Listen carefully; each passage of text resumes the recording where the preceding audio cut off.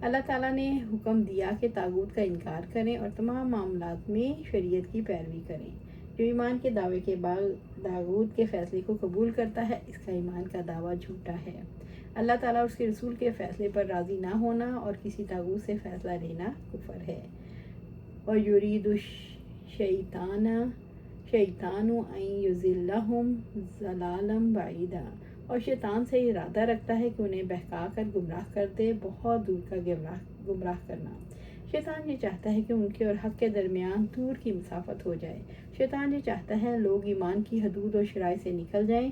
اسی لیے اللہ تعالیٰ اس چھپی ہوئی حقیقت کو کھول رہے ہیں تاکہ یہ لوگ باز آ جائیں۔ اللہ سبحانہ تعالیٰ سے دعا ہے ہمیں قرآن و سنت پر عمل کرنے کی توفیق دے، اس پر جمع دے اور جنت الفردوس کے اعلیٰ مقام پر اپنے پاس گھر عطا فرمائے۔ آمین یا رب العالمین۔